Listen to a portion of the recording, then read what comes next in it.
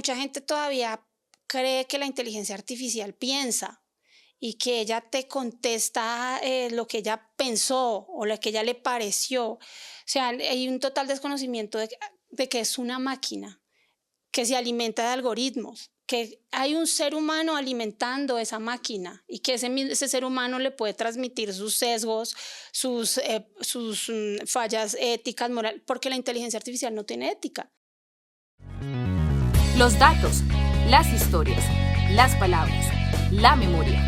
Un recorrido por el mundo, una vuelta por la esfera pública. Mientras el mundo gira, en Esfera Pública analizamos lo que acontece.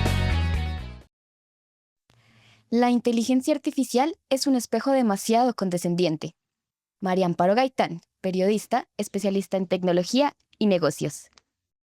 Hola amigos, bienvenidos de nuevo a Esfera Pública, acá donde hablamos sobre periodismo y comunicación, diferentes temas que tienen que ver con estas dos áreas o realmente con un área que es la comunicación y donde se entrelaza el marketing, la publicidad, la tecnología, el periodismo, bueno, cantidad de carreras y de formas de comunicarse que tenemos los seres humanos.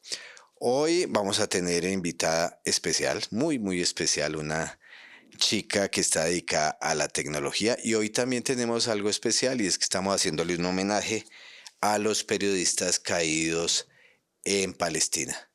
Más de 237 en el momento en que me entregaron esta camiseta, hay muchísimos más. Se ha hablado de las víctimas en Palestina, niños, ancianos, pero poco se ha hablado de los periodistas. Entonces este podcast que trabaja temas de periodismo y comunicación quiere hacerle un homenaje a todos esos periodistas que han sido asesinados en Palestina durante este tiempo que pues han caído todas las bombas en esa zona del mundo. Entonces nuestra solidaridad con todos los periodistas palestinos y no palestinos, hay periodistas extranjeros que han también caído allí. Como les decía, tenemos a María Amparo Gaitán, comunicadora social con énfasis en periodismo tecnológico hoy en día. Es periodista especializada en tecnología y en negocios y cuenta con más de 10 años de experiencia en este mundo de la tecnología que entre otras cosas ha estado no sé si dominada, pero con mayor presencia, al menos de los hombres, ya nos contará ahora. Ha estado en Revista Cambio, Inteligencia Artificial de Colombia, InfoChannel de México, Computer World Ecuador e InSitu de Argentina. Ha participado como invitada en programas sobre inteligencia artificial, que ahora está en boga. Todos tenemos inteligencia artificial por donde caminemos. Y ha asistido a muchos cursos y talleres sobre inteligencia con enfoque en periodismo. Actualmente se desempeña como periodista en el portal ERP Colombia, ahorita nos contará qué significa eso, reconocido medio de Brasil enfocado en difundir noticias sobre cloud y software. Bueno, bienvenida María Amparo. Pues muchas gracias por la invitación, es un honor estar aquí acompañándolos. Realmente para nosotros también es muy feliz. Aquí hay un equipo con el que trabajamos este podcast que ya lo conociste, pero que ha venido aprendiendo a través de los diferentes invitados y no habíamos traído sobre temas de tecnología. Entonces tú inauguras esa línea de la tecnología y sobre todo que eres una mujer, como decían en la introducción, en un lugar donde hay muchos hombres, pero bueno, pues aquí están también las mujeres con una presencia importante. Empecemos por el principio y te conozco hace un buen tiempo, eh, no te veía en la tecnología, ¿cómo fue eso? Sí. Justamente es algo bien curioso porque, como tú lo dices, digamos, yo tuve una inclinación más hacia la literatura, las artes, la fotografía incluso, pero por cosas de la vida terminé cubriendo tecnología. Digamos que mis primeras experiencias fueron cubriendo economía en una agencia de noticias, pero de allí sí pasé a trabajar en lo que nosotros llamamos relaciones públicas. Entonces estuve apoyando una cuenta que justo tenía temas de tecnología y me empecé a involucrar y se dio la oportunidad de empezar a trabajar con un medio de tecnología de Argentina. Eso pasó hace ya 14 años, digamos que yo empecé a trabajar con ellos. Y pues era un tema, en ese momento, era un tema muy de nicho. Digamos, no es como ahora, que ahora es un tema transversal. Digamos, toda esta tecnología está todas las industrias, pero en ese momento sí era un tema muy, muy de nicho. Entonces empecé a trabajar con ellos, era un tema muy de negocios, y luego ya continué con otros medios también dedicados a hablar de tecnología, con un enfoque muy de negocios. Y bueno, estuve en cambio más o menos 2 años, más de 2 años también escribiendo ya para usuario final. Pero pues como lo que yo te contaba antes de iniciar el podcast, y es que nosotros los periodistas de tecnología somos muy, tenemos que ser como muy abiertos, aprensivos, porque tenemos que manejar todos los temas, hablar desde el lanzamiento de una aplicación hasta gobernabilidad de datos. Entonces, así fue que inicié, y así fue que empecé como a aprender del sector, que es muy amplio, es muy grande y nunca estás al día, nunca. Y nos está pasando a los comunicadores, digamos, porque la tecnología también nos atraviesa de una manera muy fuerte que tenemos que empezar a aprender una cantidad de asuntos sobre tecnología. Fíjate que hoy la mayoría de los periodistas tienen algún conocimiento tecnológico. Digamos, cuando yo empecé no era así, porque como te digo, era súper de nicho. Entonces los periodistas que cubrían tecnología eran como los geeks, eran los raros, los que hablaban de computadores, los que hablaban de chips, esos eran. Pero en este momento, sí, todos los periodistas ya tienen algún componente o algún conocimiento de tecnología. O sea, si estés en política, estés en economía, estés en orden público, tienes que saber por lo menos qué es un algoritmo, porque pues si no, no estás en nada. Y en la universidad que tuviste de tecnología, En la- ¿quieres en- contar esa experiencia? no, pero en la universidad yo no tuve mucho acercamiento a la tecnología, no tuve tanto No, en una clase de diseño y acercamiento. diagramación al menos. Bueno, sí, sí.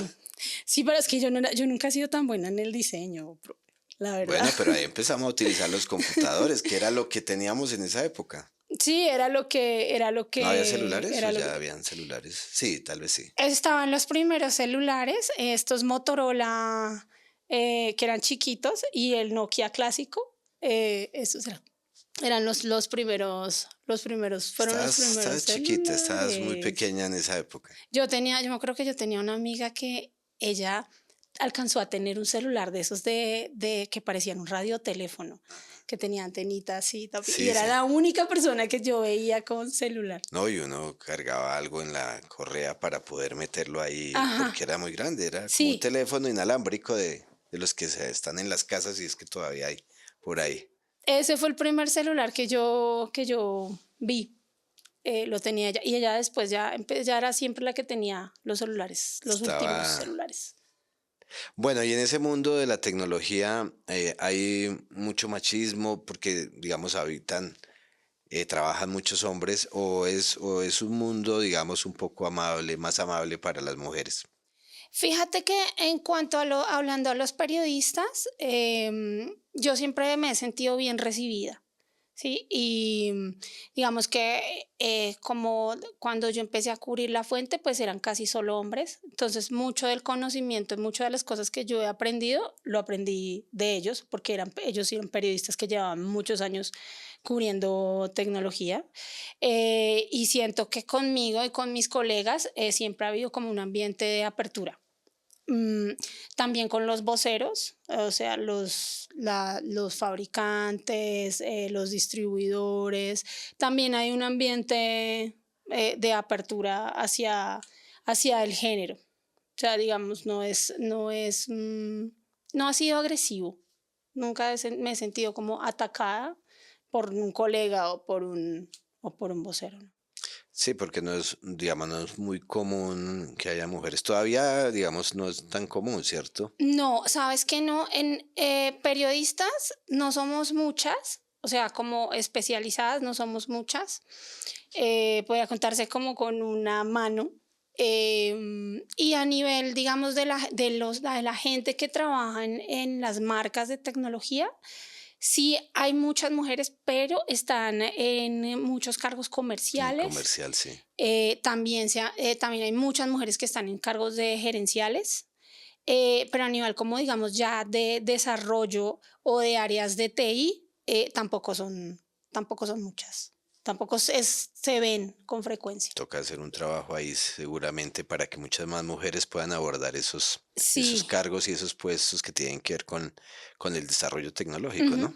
Sí, claro, porque fíjate que incluso nosotros o lo que vemos en el mercado colombiano y en el mercado mundial es que hay un déficit de talento de profesionales dedicados a la tecnología y hay un déficit de hombres y mujeres. Entonces, que es bastante grande. Y lo que están haciendo algunas marcas y a veces también el gobierno ha hecho sacar algunas políticas es como promover las materias STEM, que son las Sí. que están asociadas a ciencia y tecnología, para que más mujeres empiecen a estudiar estas carreras. Bueno, mujeres y hombres, pero sí siento que se hace un trabajo por parte del sector público y del sector privado por involucrar a más mujeres en el sector. Qué bueno. María Amparo, en estos años que llevas cubriendo tecnología, ¿ha cambiado mucho ese proceso de cubrir tecnología, de los medios, abrir más espacios para la tecnología? Bueno, cuando yo empecé, digamos que los grandes medios tenían casi todos un espacio específico para la sección de tecnología. El Espectador, El Tiempo, incluso había revistas, existía revista Enter, o sea, había medios especializados, pero a medida que ha pasado el tiempo, los medios han dejado de nutrir estos espacios. Muchos se han acabado, muchas revistas se han acabado, revistas que eran especializadas, Enter se acabó, teníamos Computer World Colombia se acabó, en Ecuador también se acabó. Mm, había como otros medios también de nicho, también se han ido acabando con el tiempo. Ahora hay más creadores de contenido. eh, También continúan algunos blogs de periodistas que son muy especializados, pero cada vez hay menos. O sea, cada vez es como la rigurosidad periodística se ha ido perdiendo. Hay muchos creadores de contenidos. De hecho, antes tú ibas a una rueda de prensa y encontrabas muchos periodistas pues que iban a cubrir. Y ahora tú vas a una rueda de prensa y como la mitad periodista, la mitad influencers, otro pedazo son creadores de contenido. Pues porque las marcas les encanta el TikTok, el YouTube, o sea, todo ese Muy, muy contenido de mercadeo. light, todo ese contenido de dispositivos, sí. Entonces, en ese sentido sí ha cambiado, el cubrimiento ha cambiado en ese sentido. Y la preparación, digamos, porque son temas complejos de todas maneras. Tú que estás en ese mundo y los que apenas aruñamos un poco eso de la tecnología, pues hay muchos temas, como tú dices, es muy grande ese espacio en el que se habla de tecnología. ¿Cómo se prepara un periodista o cómo han venido haciendo ustedes los que les ha tocado trabajar? Pues bueno, yo aprendí haciendo lo que te decía, o sea, mis colegas me enseñaron un montón, las marcas, los fabricantes también enseñan un montón, o sea, de hecho ellos capacitan a los periodistas. O sea, hacen muchas capacitaciones. Por ejemplo, esta semana estuvimos en una capacitación de una marca que se llama SAP. Hizo un taller sobre periodismo de inteligencia artificial. Como 70 periodistas de toda Latinoamérica. Se invita y trae un experto y te explica y te cuenta. Y digamos que yo he aprendido de esa forma, ¿no? Capacitándome con los expertos, con las marcas que son las que saben, no tanto en la academia y también en sitio, porque también ellos, digamos, pues te propician los espacios para que tú conozcas ciertos desarrollos tecnológicos o te llevan a viajes para mostrarte, por ejemplo, un data center, ese tipo de cosas que uno, pues como ciudadano a pie, no tiene la posibilidad de acceder. Y cuando cubres, como has estado trabajando con medios de otros países y me imagino que también te ha tocado cubrir en otras partes, eh, ¿se ven diferencias en ese conocimiento y en esa forma de llevar esta información a las personas entre los países, digamos, no sé si hay países como Argentina, por ejemplo, donde hay una mayor preparación de los periodistas o estamos bien en ese sentido. Es que es muy parejo, porque Latinoamérica tiene una característica especial, el mercado tecnológico, y es que nosotros no desarrollamos tanta tecnología. Nosotros consumimos mucha tecnología y distribuimos, revendemos tecnología. Y eso pasa acá en Colombia, pasa en Ecuador, pasa en Argentina, o sea, es muy parejo a los países de Latinoamérica. Entonces, los periodistas siento que estamos como en una misma sintonía, además por ejemplo, yo soy corresponsal Colombia, ¿sí? Y puede haber un corresponsal de Argentina, pero generalmente cuando yo he viajado o he tenido la oportunidad de compartir con periodistas de otros países de la región, no he sentido que haya una diferencia sustancial a nivel de conocimiento o de cubrimiento. Quizás hay algunos, por ejemplo, en Argentina creo que florecen más los temas gamers. A la gente le gusta mucho esto. En Ecuador yo veía mucho que Ecuador es como un laboratorio de aplicaciones. Allá hay mucha startup en Ecuador, pero es como un laboratorio, o sea, como que lo prueban allí y lo llevan a otros países de la región. Acá en Colombia nosotros vemos mucho el tema de distribución. O sea, de hecho, si tú ves en estas listas que saca Super Sociedades de cuáles son las principales empresas de tecnología, las 3 principales son distribuidores, son revendedores. O sea, y eso pasa en la región, no hay tanto desarrollo tecnológico, hay más bien adopción y distribución. Y es un riesgo ya haciendo el análisis, no tener tanto desarrollo en el país, es un problema, es necesario. Yo sí considero que es necesario, porque es que nosotros venimos adoptando siempre modelos extranjeros y tanto hardware como software los tropicalizamos, pero, pero, o sea, falta como ser pioneros nosotros. Siempre esa falencia acá en Colombia, pues yo la he visto, como esa inversión en desarrollo tecnológico. No, tú lo ves en las redes sociales. Somos uno de los países que más horas está al día en Facebook, en WhatsApp, pero estamos consumiendo contenido. O sea, no estamos nosotros desarrollando o haciendo cosas que de verdad importen o valgan la pena. Es muy superficial. Hace como año y medio nosotros empezamos a trabajar con inteligencia artificial. Este podcast tiene una alianza con un laboratorio que yo dirijo acá en el Politécnico Gran Colombiano, que es el Laboratorio de Periodismo Digital Artículo 20 Lab. Y empezamos a trabajar con inteligencia artificial haciendo presentadores. Teníamos presentadores con inteligencia artificial. Eso estaba novedoso en ese momento. Y te estoy hablando de hace un año, año y medio. En un año esto se transformó. La inteligencia artificial nos está cambiando muchas rutinas que teníamos, la producción de contenido. Escuchaba en estos días también en una emisora, digamos, con una mentalidad de satanizar la inteligencia artificial, sin desconocer que tiene unos peligros, pero también unas virtudes. ¿Cómo ves estos cambios rápidos que se están dando y cuáles son como esos retos con la inteligencia artificial? Lo que pasa es que, o sea, nosotros no vamos a la velocidad de los desarrollos tecnológicos, ni nosotros los seres humanos, ni la regulación. O sea, si nosotros vamos atrás, la regulación va súper lejos, súper lejos. Y ese es un gran problema, porque la inteligencia artificial en sí no es mala, es una herramienta. Pero siento que no la hemos sabido aprovechar como deberíamos hacerlo, y siento que hay mucha desinformación al respecto, porque mucha gente todavía cree que la inteligencia artificial piensa y que ella te contesta lo que ella pensó o lo que ella le pareció. O sea, hay un total desconocimiento de que es una máquina que se alimenta de algoritmos. que hay un ser humano alimentando esa máquina y que ese ser humano le puede transmitir sus sesgos, sus fallas éticas, moral, porque la inteligencia artificial no tiene ética, no tiene moral. Ella solo es un loro que repite e incluso es un espejo, es demasiado condescendiente. Eso es un gran problema también que tiene allí y por eso es que últimamente se escuchan noticias de gente que habla con ChatGPT y después se suicida. Claro, le pide ayuda psicológica al ChatGPT.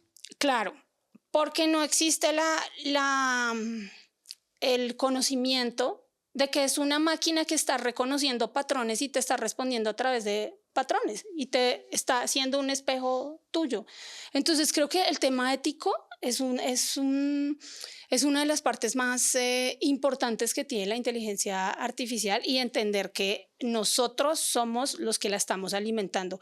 Y hay una frase que usan mucho la gente y los desarrolladores de inteligencia artificial y es que si tú le das basura, ella te devuelve basura, porque es que ya se alimenta de los datos y nosotros somos quien le entregamos los datos. Entonces falta educación al respecto.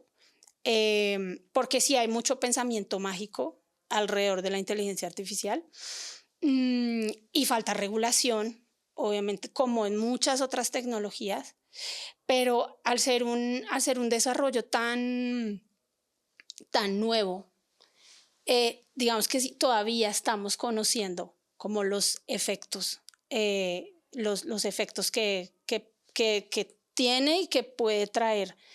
Pero sí nos falta mucha educación en el tema. O sea, la forma como la que yo lo veo. Y nunca vamos a estar al día, pero sí hay que tener un pensamiento crítico y sí hay que quizás no entender técnicamente cómo funciona al detalle, pero sí entender que es un desarrollo humano, que es una máquina, porque finalmente es tecnología. Y en el periodismo, ¿cómo lo has visto que transforme la inteligencia artificial? ¿Hay riesgos? Los periodistas están asustados diciendo que les van a quitar el puesto y que ahora no, mejor dicho, nos toca montar otro negocio. Pues es que yo siento que muchas profesiones estamos en riesgo porque una de las cosas que hace la inteligencia artificial es automatizar procesos. Y pues la mayoría de las carreras o las cosas que hacemos son muy automáticas, que las puede hacer un robot perfectamente. Entonces, claro que el periodismo, sí en las salas de redacción ha entrado la inteligencia artificial y ha servido mucho para analizar datos, grandes cantidades de datos, obviamente supervisada por un ser humano. O sea, es que tú no puedes decirle a la inteligencia artificial que te escriba un artículo y publicarlo. Claro. O sea, sí. Entonces yo lo que veo es que, digamos, los periodistas que tengan pensamiento crítico y que sepan hablar con la inteligencia artificial, ¿sí? Para como un apoyo, como un partner, como un socio a la hora de escribir, como un son los que van a tener más oportunidades de continuar trabajando en el periodismo. Y veo yo también que igual la reportería, el desarrollo de como reportajes, crónicas, todo ese tema humano, eso no lo va a reemplazar la inteligencia artificial, pero sí soy consciente que sí va a reducir las plazas o los puestos de trabajo, no solo para los periodistas, para muchas otras profesiones. Y quien no sepa hablar con ella, pues se va a ir quedando de lado. Es decir, la reportería continúa. ¿Tú crees que...? Sí, ¿O la forma de hacerla es otra? Yo sí creo que la reportería, pues por lo menos yo en mi trabajo, yo sigo haciendo reportería, pero digamos, yo sí me apoyo en la inteligencia artificial. Pero entonces, ¿yo qué hago? Por ejemplo, yo voy, hago mi entrevista, hablo con las personas, me siento así como estoy hablando contigo y después cojo esa información y esa información la organizo y se la doy a ella. Y le digo, bueno, oye, mira, quiero escribir esto, ayúdame con tal cosa, así, pero teniendo yo total control de lo que ella tiene que hacer. O sea, yo soy el jefe y ella hace lo que yo digo. ¿sí? Tú mandas. Yo mando, exacto, yo mando.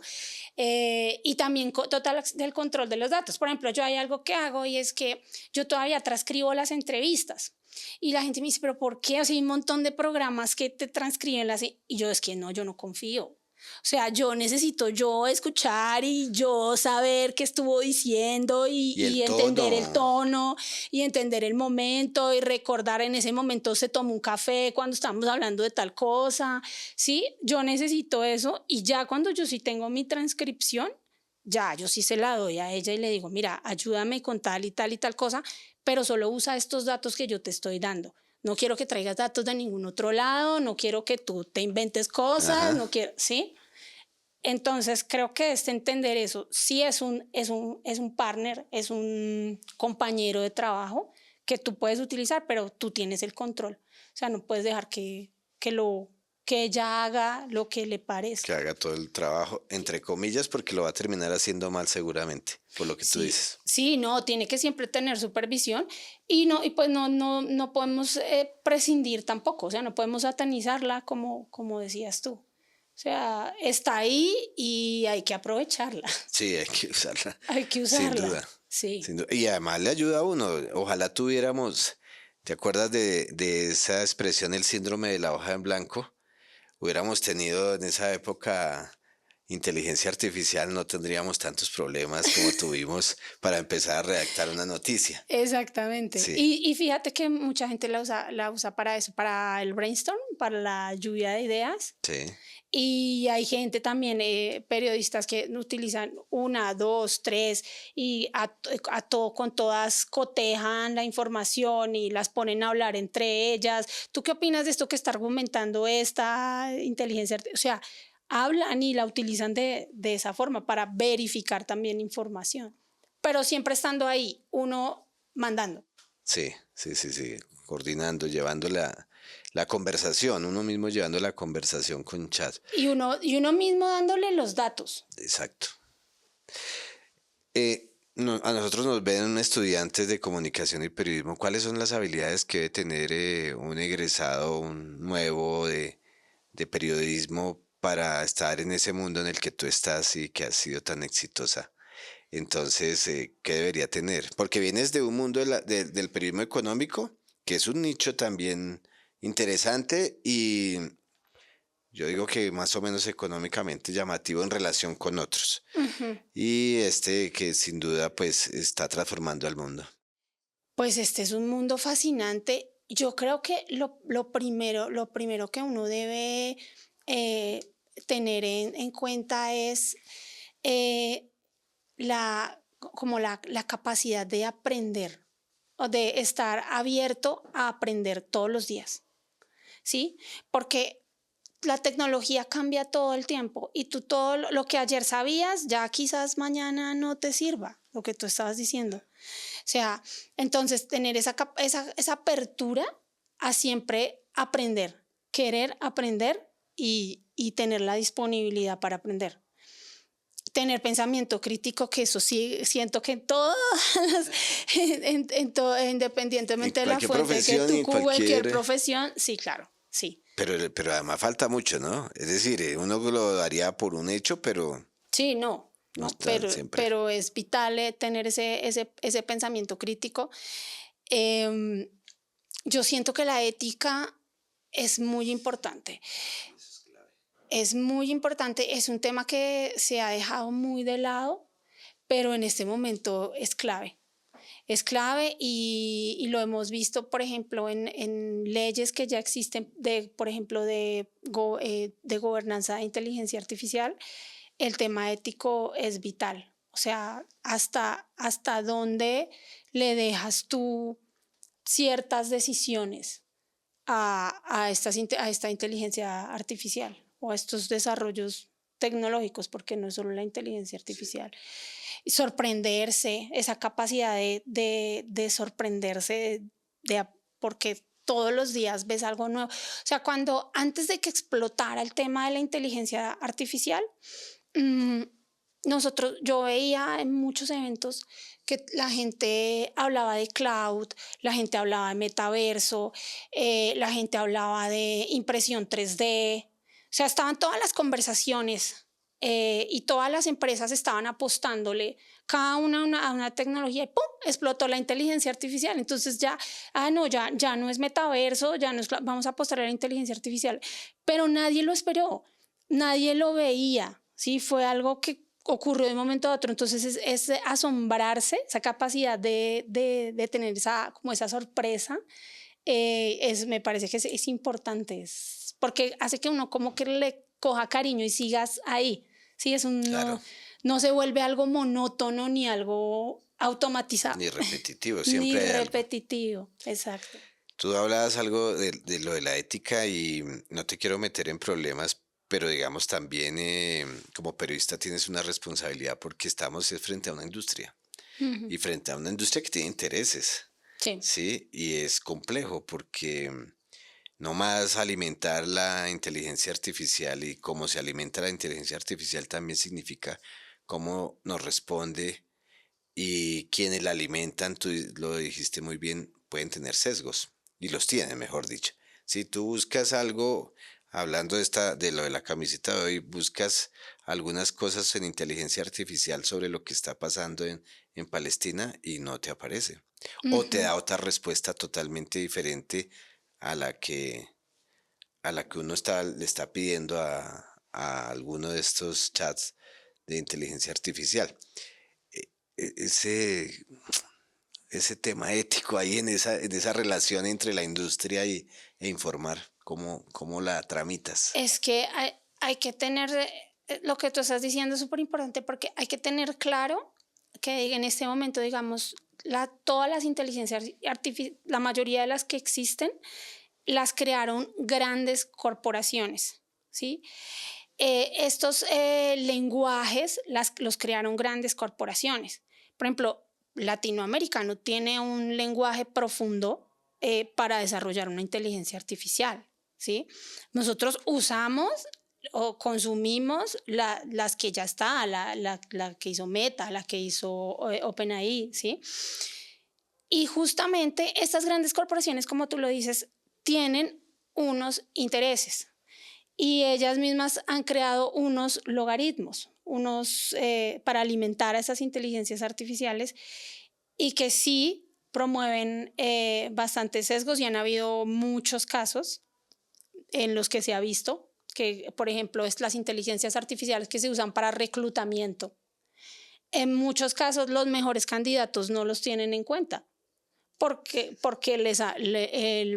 los prompts o los algoritmos que les han dado pues no tienen en cuenta ciertas X o Y características. Entonces es una línea muy gris que existe, por ejemplo, para uno como periodista al usar estas inteligencias artificiales.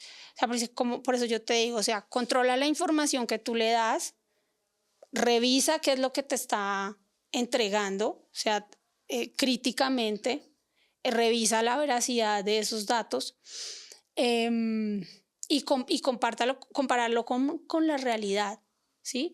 Porque la realidad que te propone estas inteligencias artificiales muchas veces es falsa, es sintética. Ahora hablamos de la realidad sintética, de los datos sintéticos, que son cosas que no es el mundo real. Y ahí es donde nosotros tenemos que estar verificando todo el tiempo, ser veedores, ser curadores de toda esta información y además siento que tenemos una tarea de enseñarle a las personas, a la sociedad y a la población de que esto es una máquina, ¿sí?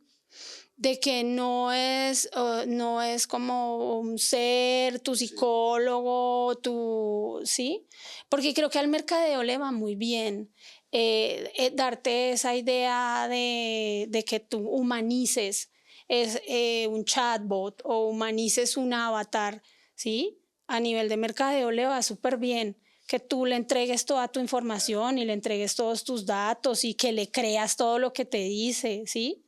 Pero hay que ponerlo más en términos reales, menos fantasiosos y explicarle esto a las personas. Es una tarea que tenemos y en la que yo siento que estamos fallando porque la gente humaniza la inteligencia artificial y asimismo reproduce los sesgos. Bueno, un reto para los periodistas ahí gigante, para Sí. poder tramitar y estar en ese camino en el que toca estar al lado de la industria para conocer, pero también, como sabemos, el periodismo es una manera de formar o de enseñar y también hay que hacerlo ahí. Es que como periodistas siempre estamos en una cuerda floja allí, porque, o sea, la industria está chévere, pero pues la industria igual tiene sus intereses, sus objetivos y te quiere usar para ciertas cosas, pero no puedes estar tampoco tan lejos y sobre todo en tecnología, ¿no?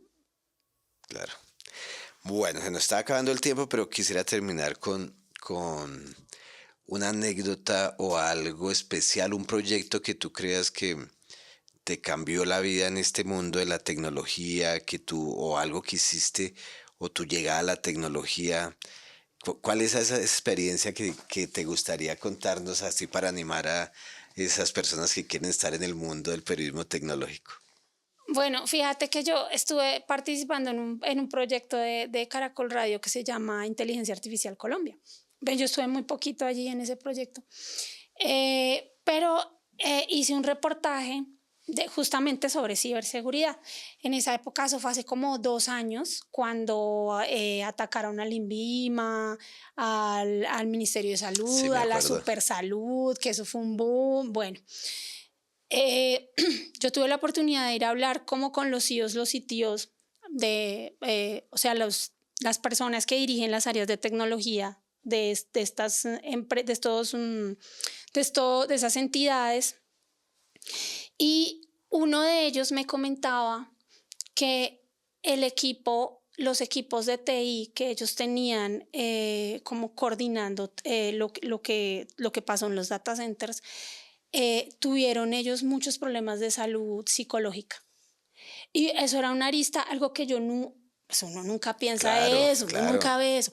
Me decía, mira, nosotros tuvimos que poner psicólogo, mucha gente estuvo en clínicas de reposo, porque era gente que tuvo que trabajar durante 3 meses, casi que 24 horas seguidas, dejar a su familia, la presión mediática de la población, de la misma entidad, porque todo el mundo, o sea, todo el mundo se lanza a esas áreas como, oiga, ustedes son los responsables de que se haya perdido no sé cuánta plata, o de que haya ransomware, o de que la gente no pueda reclamar sus medicamentos.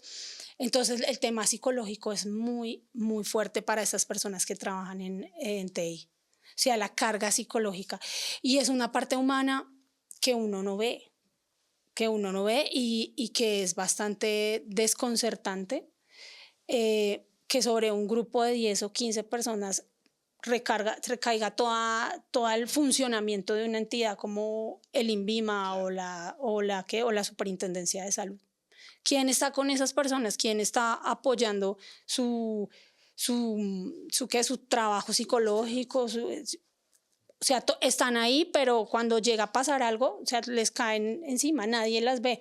Y lo peor es que sabemos por los estudios de ciberseguridad que hay, que la mayoría de los fallos que hay son humanos y no generalmente son de las áreas de TI, son de las otras personas que trabajan en la entidad. Una persona que dejó una clave, así de Sí. sencillo. Y ya se entraron por ahí y Sí, los ciberatacantes trabajan mucho en un tema que se llama ingeniería social. Ingeniería social es que ellos empiezan a rastrear a todos los empleados en su vida digital. Qué hacen en redes, a dónde van, dónde comen, quién es su mascota, y luego empiezan a hacer ataques, empiezan a enviar correos que saben parte de su vida, entonces les envían correos engañosos para que entreguen sus claves.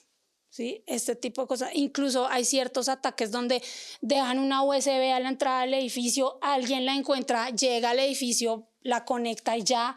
O sea, hay muchas formas, pero las primeras entradas que se ven es en los trabajadores, los colaboradores, no los que están en el área de TI, los administrativos, los operativos.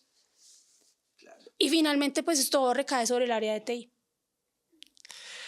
Bueno, María Amparo, realmente una conversación muy interesante sobre tecnología y sobre periodismo, sobre todo en el caso de, vuelvo y repito, tú que estás con esas pocas mujeres que están en el mundo de la tecnología cubriendo, seguramente habrá temas, tenemos que hacer otro podcast sobre ciberseguridad, que me parece interesantísimo ese tema también, para encontrarnos acá. Y también sostenibilidad, porque el tema de, bueno, todo lo que hacemos en inteligencia artificial está soportado por operaciones en data centers. Sí. Y la cantidad de energía que consume un data center es brutal. Ahorita Chile lo están llenando de data centers, están utilizando agua que era para la población, que la tienen que utilizar en los data centers. O sea, esos son otros temas también Sí. que son densos. Es que hoy la tecnología no se puede descontextualizar. No puedes solo hablar de tecnología porque es que está soportada en la política. Hay un problema ambiental gigantesco. En el tema ambiental, claro.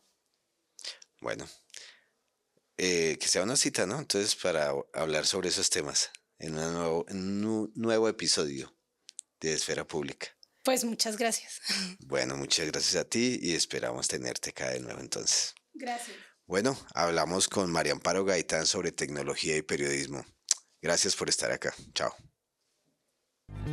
Bajo la dirección de Arturo Rojas y María Camila Medina, con el apoyo de Artículo 20 Lab, Laboratorio de Periodismo Digital del Politécnico Gran Colombiano y Sala Contacto Generación 2025. Síguenos para más episodios sobre periodismo y comunicación en Esfera Pública Podcast.